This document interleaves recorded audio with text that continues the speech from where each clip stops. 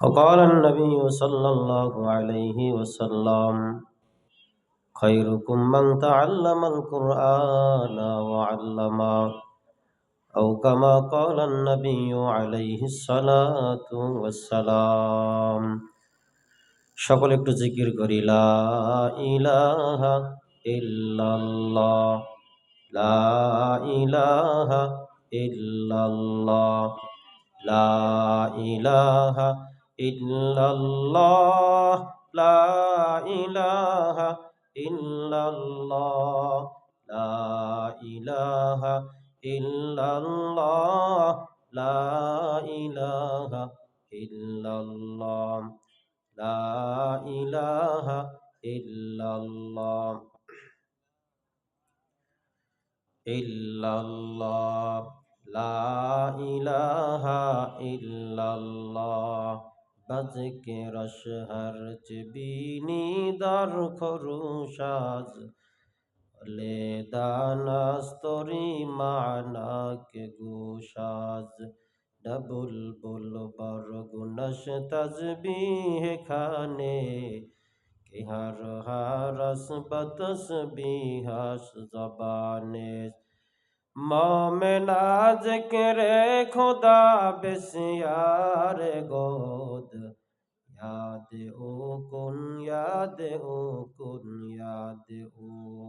ला इलाहा इल्लल्लाह ला इलाहा इल्लल्लाह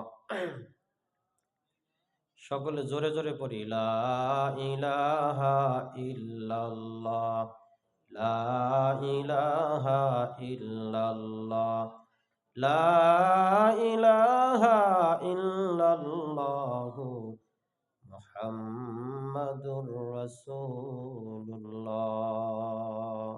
সাল্লাল্লাহু আলাইহি ওয়াসাল্লাম। আলহামদুলিল্লাহ, আল্লাহ পাক রব্বুল আলামিনের দরবারে লাখো কোটি শুকুর যে আল্লাহ পাক রব্বুল আলামিন আমাদেরকে মাদ্রাসাতু ফায়জুল উলুম ঢাকার উদ্যোগে মাহফিলে আল্লাহ তাআলা আমাদেরকে আসার বসার তৌফিক দান করেছেন। এজন্য মুহাব্বতে শুকরিয়া আদায় করি আলহামদুলিল্লাহ। আজকের মাহফিলের পিছনে যারা মেহনত করেছেন, কষ্ট করেছে, টাকা পয়সা, লাইট মাইক প্যান্ডেলের মাধ্যমেই যাদের যতটুকু সহযোগিতা আছে সকলের জন্য আমরা দোয়া করি আল্লাহ তাআলা তাদেরকে দুনিয়াতে শান্তি এবং পরকালে চিরমুক্তির ব্যবস্থা করে দেন। পড়ি আমিন। রাত্র গভীর অনেক হয়ে গেছে, অনেক রাত্র হয়ে গেছে। এখন কথা বলতেও কষ্ট, যারা শুনবেন আপনাদের ঘুমেরও ডিস্টার্ব। এই জন্য 2-4-10 মিনিট সময় কথা বললে শুনবেন তো ইনশাআল্লাহ? থাকবেন না ভাগবেন? আল্লাহ তাআলা কবুল করেন। সে বহুদূর চাঁদপুর থেকে এসেছি, এখন যদি আমাকে রাইকে আপনারা চইলা যান এটা ভালো দেখা যায়? কি বলেন?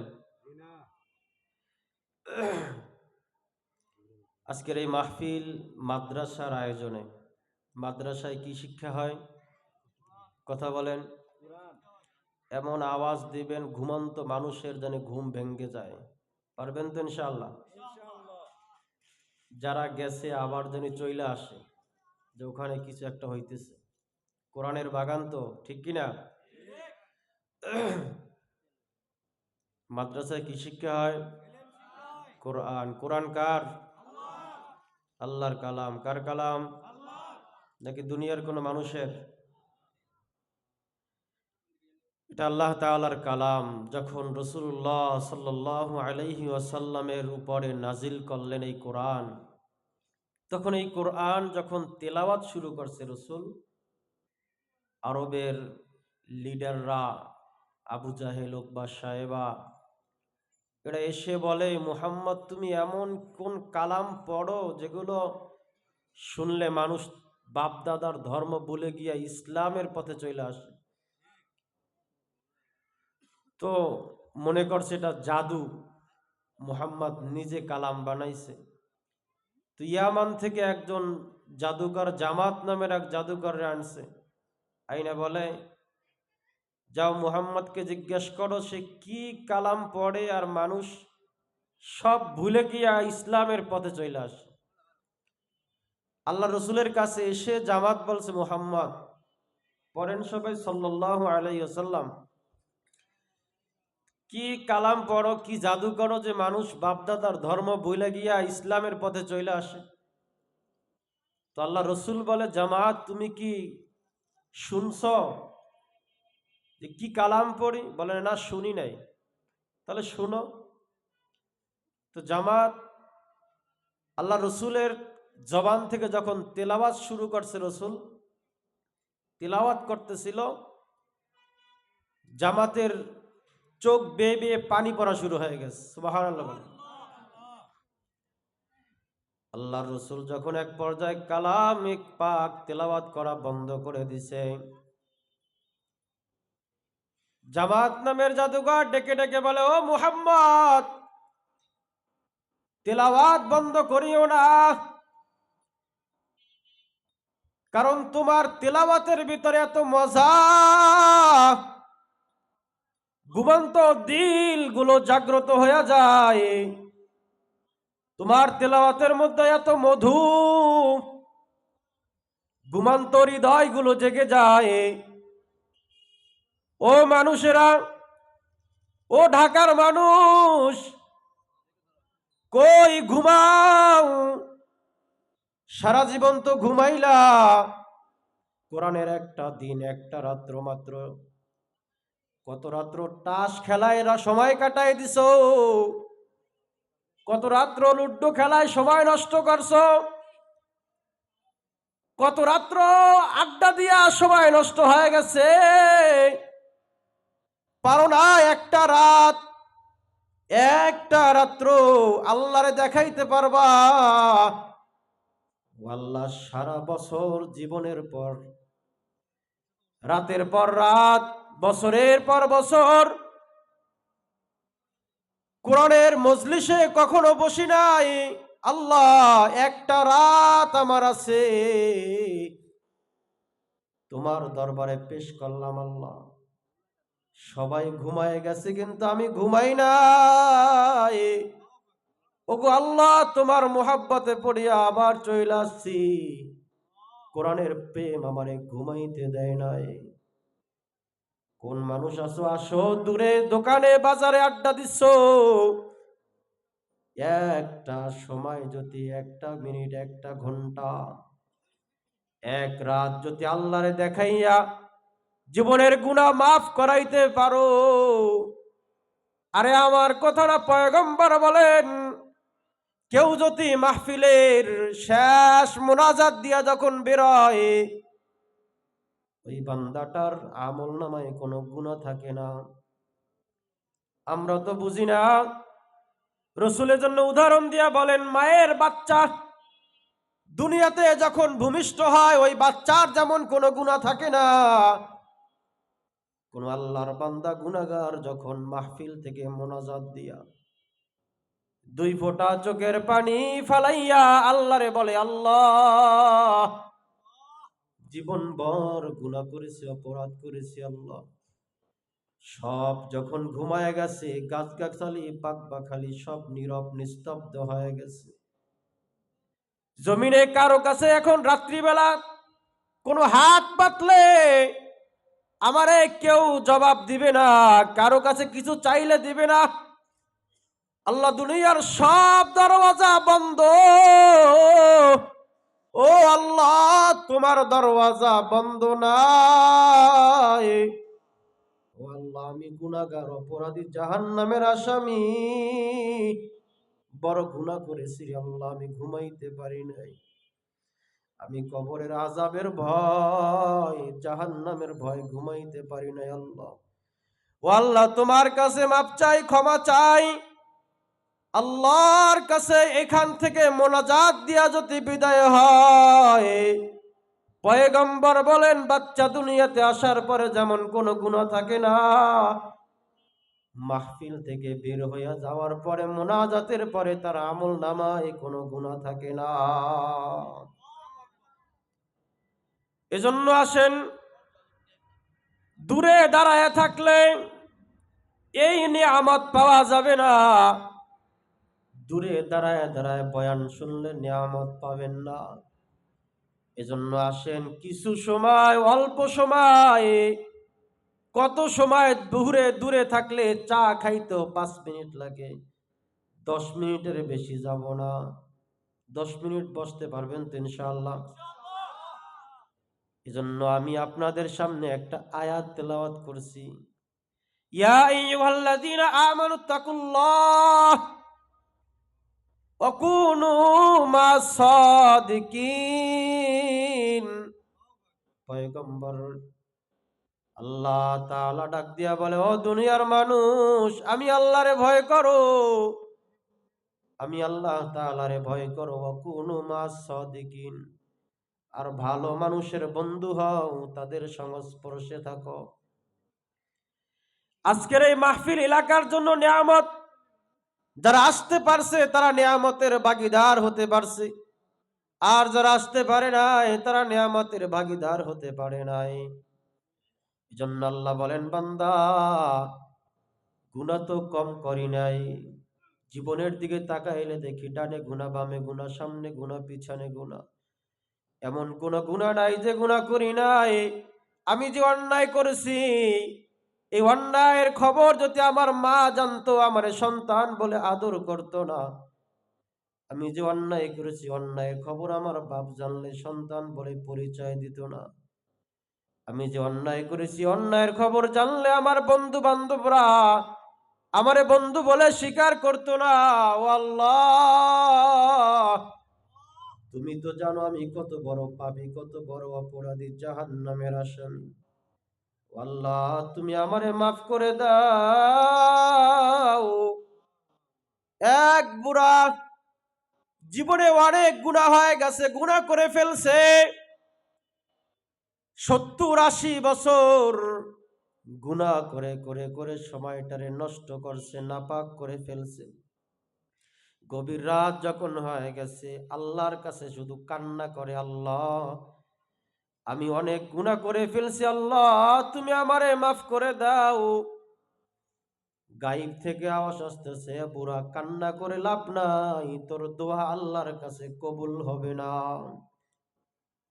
বারবার দোয়া করে, আবার গায়েব থেকে আওয়াজ আসে, বুড়া কান্না করিস না, তোর দোয়া আল্লাহ কবুল করবে না। একবার দুবার অনেকবার খবর শুনছে, পাশে বিবিও ছিল, বিবিও আওয়াজ পেয়ে গেছে। আওয়াজ পাওয়ার পর স্বামীরে ডাক দিয়ে বলে, ও স্বামী, তুমি কি শোনো নাই তোমার দোয়া আল্লাহর কবুল করবে না? স্বামী এবার ডাক দিয়ে বলে, বিবি, আমি জানি আমি অপরাধী, জাহান্নামের আসামি। ও বিবি, আমি জানি আমি যে কত অপরাধী, কত গুনাহগার, কিন্তু বিবি তুমি বলো, আমি আল্লাহর দরবার ছেড়ে অন্য কার দরবারে যাব, কোথায় যাব, কে আমারে মাফ করবে? বিবির এই কথা বলার পরে স্বামী এমন প্রতিজ্ঞা নিছে, আবার ডাক দিছে, আল্লাহ, আমি বড় গুনাহগার, জাহান্নামের আসামি রে আল্লাহ। যখন আবার ডাক দিছে, হঠাৎ করে আওয়াজ আসছে, লাব্বাইকা ইয়া আব্দি, ও বান্দা, কি বলবি বল, আমি আল্লাহ তোর দোয়া কবুল করব, কারণ আমি আল্লাহ তো চাইছি তুই আরো আমার নিকটে আয়, আরো আমার কাছে আয়। আর একজন মূর্তি পূজক 40 বছর পর্যন্ত শুধু সরম সরম সরম বলে বলে ডাকছে, হঠাৎ মূর্তির সামনে নিয়ে একবার অজান্তে দিলের সমাদ বের হয়ে গেছে। সমাদ কার নাম জোরে বলেন? সূরা ইখলাসের মধ্যে আছে, কুল হুয়াল্লাহু আহাদ আল্লাহুস সামাদ, আল্লাহর নাম হলো একটা সমাদ। যখন সমাদ কয়া ডাক দিছে, আসমান থেকে আওয়াজ আসছে, লাব্বাইকা ইয়া আব্দি, বান্দা। আওয়াজটা পেয়ে হিন্দু লোক ভয় পেয়ে গেছে, কিরে কে আওয়াজ দিছ? 40 বছর পর্যন্ত মূর্তিরে সামনে নিয়ে সরম সরম বলে ডাকছি, কোনদিন ডাকের সারা জবাব পাই নাই। আজকে আমার অজান্তে সনম বাদ দিয়া সমাজ যখন বের হয়ে গেছে, কে তুমি ডাক দিছো রব বলে, কে তুমি? আসমান থেকে আওয়াজ আসছে, তোরে যে বানাইছে তার নাম হলো সমাজ, যে সূর্য বানাইছে তার নাম হলো সমাজ, তোরে যে সারাদিন লালন পালন করে তার নাম হলো সমাজ। বলে 40 বছর মূর্তির ডাকছো, কেউ তোরে সাড়া দেয় নাই। আমি আল্লাহ তো তোর জবানের দিকে তাকায় থাকছি, তুই কখন আমি আল্লাহরে আল্লাহ বলে ডাক দিবি, আর আমি আল্লাহ তোরে মাফ করে দিব। যা তুই যখন আমি আল্লাহরে সমাদ করে ডাক দিছো, তোর পুরা জীবনের 40 বছরের গুনাহ সব মাফ করে দিছি। এজন্য যুবক ভাইরা, আপনাদেরকে বলে যাই, কত সময় কত আড্ডায়, কত পার্কে, ঢাকার শহরে কত পার্কে গেছেন, কক্সেস বাজারে গেছেন, ঘুরবার জন্য কত জায়গা যাও। একটু আসো আল্লাহর এই জান্নাতের বাগান একটু দেখে যাও। এটা হলো কোরআনের বাজার, এখান থেকে একটু সদাই নিয়ে তারপরে যেতে হবে। এখান থেকে যদি আল্লাহর কাছে একটু গুনাহ ক্ষমা করাইতে পারি, গুনাহ মাফ করাইতে পারি, হতে পারে এই সামান্য সময়ের আল্লাহর কাছে তওবা ইস্তেগফার হতে পারে আমার জীবনের জন্য নাজাতের উসিলা হতে পারে, পারে কিনা? এজন্যই কোরআনের বাগান, কোরআন এত দামি একটা কিতাব। আজকে আপনাদের সামনে একজন কোরআনওয়ালা হাফেজের মাথায় পাগড়ি পরাইছে, দেখছেন নি? তার কপাল কত ভালো, তার মা বাবার কপাল কত ভালো, যার সন্তান কোরআনের হাফেজ হইছে।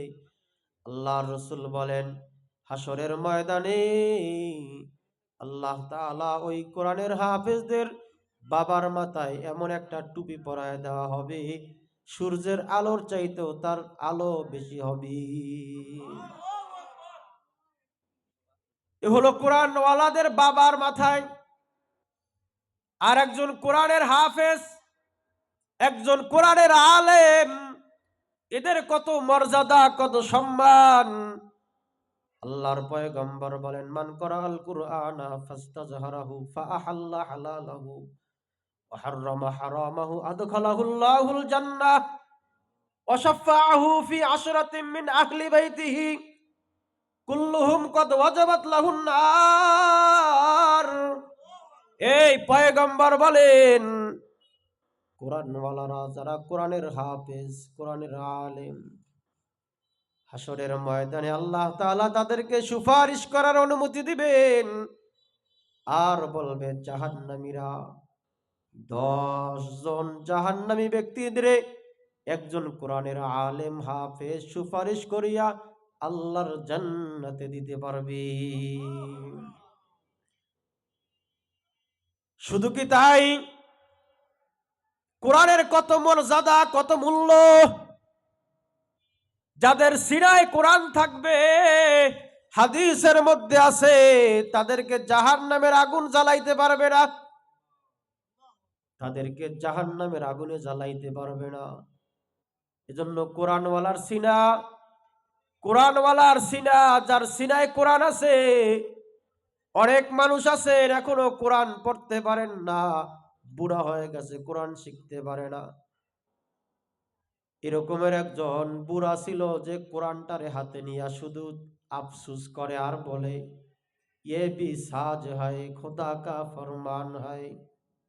ও আল্লাহ, বুড়া হয়ে গেছি, কোরআন পড়তে পারি না, শিখতে পারি না, কিন্তু আল্লাহ বড় আফসোস, কোরআন যদি আমি একটু শিখতে পারতাম। যেহেতু পারি না, কিন্তু এটা তোমার কালাম, তোমার কথা, এটা আমি মানি, এটা আমি সম্মান করি আল্লাহ। এবার কোরআনটারে হাতে নিয়ে বারবার শুধু বলা, ये भी साज है खुदा का फरमान है, ये भी साज है खुदा का फरमान है। ও আল্লাহ, তোমার কালাম, তোমার কথা, এটা সত্য,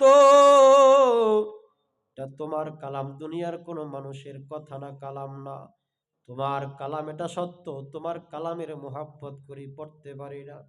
অনেক আছে না কোরআন পড়তে পারে না, কিন্তু কি করে? মোহাব্বত করে। এই কোরআনের মোহাব্বত ওয়ালা একদিন এরকমের আঙ্গুল দিয়া শুধু টানতেছে টানতেছে, অনেক বছর পর আল্লাহ এমন মোহাব্বতের নজর দিছে, পুরা 30 পারা কোরআন তার সিনাই দিয়া দিছে। এজন্য যারা আমরা কোরআন পড়ি না, অনেকে আছে 10 বছর হয়ে গেছে, 20 বছর হয়ে গেছে, কোরআনটা খুইলা দেখি না, কোরআনটা কেমন, আল্লাহর কালাম, এটা কি আছে এর ভিতরে। আরে রসুল বলে পড়া লাগবো না, শুধু ধরো ধরো, দইরা শুধু আঙ্গুল দিয়া টানতে থাকো, আর বলে এ বিশ্বাস হয়। শুধু যদি দড়ি আর দেখি, পয়গম্বর বলেন তাতেও তোমার আমল নামায় সব হয়। এই জন্য কোরআন মোহাব্বত করবো তো ইনশাআল্লাহ, কোরআন ওয়ালাদের মোহাব্বত করবো তো ইনশাআল্লাহ, কোরআনের মাদ্রাসাকে মোহাব্বত করবো তো, মাদ্রাসার সহযোগিতা করবো তো। মাঝে মাঝে আইসা বলবেন হুজুর কি দরকার মাদ্রাসায়, মাঝে মাঝে বলবেন হুজুর আমি 1 বস্তা চাল আপনার মাদ্রাসায় দিয়া দিলাম, ছোট ছোট বাচ্চারা খাবে আর দোয়া করবে। মাঝে মাঝে আইসা বলবেন হুজুর আমি 5 লিটার তেল দিয়া দিলাম মাদ্রাসায়। মাঝে মাঝে আইসা এক এক বস্তা আলু দিয়া দিলেন, 1 বস্তা পেঁয়াজ দিয়া দিলেন। আপনার এই সামান্য 1 বস্তা চাল, অল্প কিছু টাকার সম্পদ মাদ্রাসায় দিছেন, এটা হাসরের ময়দানে আপনি বলতে পারবেন আল্লাহ, এই যখন মাদ্রাসার ছাত্ররা, মাদ্রাসার আলেমরা যখন জান্নাতে যাবে, আপনি তারে খপ কইরা ধইরা ফেলাইবেন, হাদিসে আছে। ধইরা বলবে কিরে তুমি জান্নাতে যাও, আমার নিবে না, চিনছো আমি কে? বলে না তো চিনি নাই। বলে অমুক মাদ্রাসা, ওই মাদ্রাসাতুল ফয়জুল উলুম মাদ্রাসার আমি সহযোগী, আমি সহযোগিতা করছি। 1 বস্তা চাউল দি তুমি হাফেজ হইছো, আমার চাউল খাইয়া তুমি হাফেজ হইছো, আমার টাকা দিয়া তুমি পড়ছো, আলেম হইছো, হাফেজে কোরআন হইছো। আজকে তুমি জান্নাতে যাও, আর আমারে একা রাইখা, একা একা রাইখা আমারে থুইয়া যাও, আমারে কি নিবে না? আমার একটু আল্লাহর কাছে বলো, ওগো আল্লাহ, যার টাকার চাউল খাইয়া আমি আলেম হইছি, যার ঘরে জাগির খাইয়া, যার ঘরে খানা খাইয়া আজকে আমি হাফেজ হইছি, আল্লাহ আজকে সে গুনার কারণে জাহান্নামী হয়ে যাইতেছে। এই রসুল বলে ওই কোরআন ওয়ালারা, ওই মাদ্রাসার সহযোগিতা করনে ওয়ালাদের আল্লাহর কাছে সুপারিশ করিয়া জাহান্নাম থেকে জান্নাতে নিয়ে যাবি। এজন্য সহযোগিতা করা দরকার আছে না নাই? নিজের লাভের কারণে কি করবেন? সহযোগিতা করবেন। এজন্য যারা মাদ্রাসায় দান করে, সদকা করে, টাকা পয়সা দেয়, এদের দান সদকা কমে না। রসুল বলে আর সদকা তো তারাদ্দুল বালা ও তাজিদু ফিল উমর, দান সদকা করলে হায়াত বৃদ্ধি হয়, মুসিবত দূর হয়ে যায়। কি হয়? হায়াত লম্বা হয়, মুসিবত দূর হয়ে যায়। রাজি আছি তো ইনশাআল্লাহ? টাকা পয়সা মাদ্রাসায় দিব তো ইনশাআল্লাহ? আল্লাহ তাআলা আমাদের সবাইকে যা কিছু বলছি এর উপর আমাদের সবাইকে আমল করার তৌফিক দান করেন। অনেক রাত্র হয়ে গেছে, আপনারাও কষ্ট করে বসে আছেন, আবার যাই ঘুমাইতে হবে, সকালবেলা ফজরের নামাজ পড়তে হবে। কি কন? নাকি ওয়াজ শুনবো, নামাজ দরকার নাই? এটা নামাজও পড়তে হবে। এই জন্য অনেক রাত্র যেহেতু হয়ে গেছে, আমরা দোয়া করবো এখন।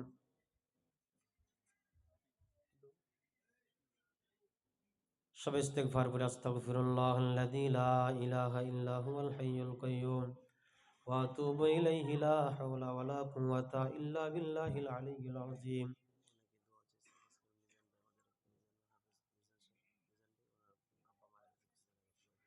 অনেকেই দোয়া চাইছে, মিজান ভাই দোয়া চাইছে, আরো এলাকাবাসী মুরব্বীরা যারা অন্ধকার কবরবাসী হয়েছে, মাদ্রাসায় সহযোগিতাকারী যারা, অনেকেই দোয়া চাইছে, সবার জন্য প্রাণ খুলে দোয়া করবেন। আল্লাহ তাআলা এই মাহফিলকে কবুল করেন। যাদের সহযোগিতা আজকের এই মাহফিল সুন্দর আয়োজন, সকল সহযোগিতাদেরকে আল্লাহ তাআলা কবুল করেন।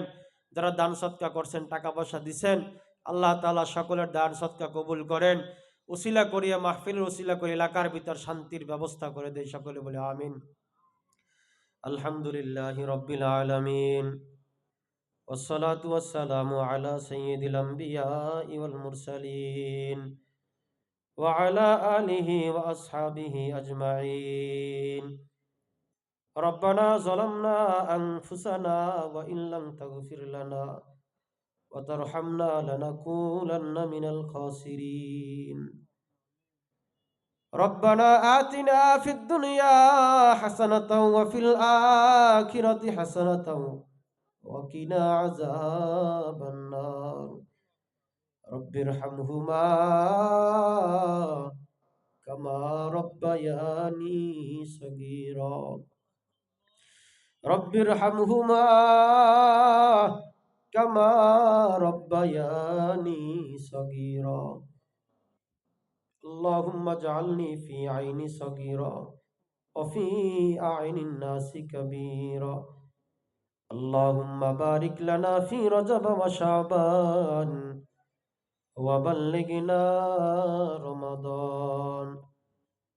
রব্বুল আলামিন, গভীর রাত হয়ে গেছে আল্লাহ।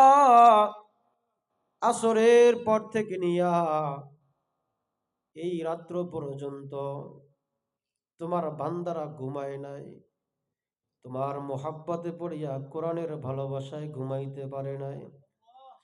জীবনভর গুনাহ করে ফেলছি আল্লাহ, বারবার গুনাহ করি আবার বারবার তোমার দরওয়াজায় ফিরে আসি। দুনিয়ার সব মানুষের আদালত বন্ধ, দোকানওয়ালারা দোকান বন্ধ করে বাড়ি চলে গেছে, অফিসওয়ালারা অফিস বন্ধ করে বাসায় চলে গেছে, ব্যবসাওয়ালারা ব্যবসা বন্ধ করে বাসায় চলে গেছে। আল্লাহ রব্বুল আলামিন, তোমার দরওয়াজা খোলা। ওগো আল্লাহ,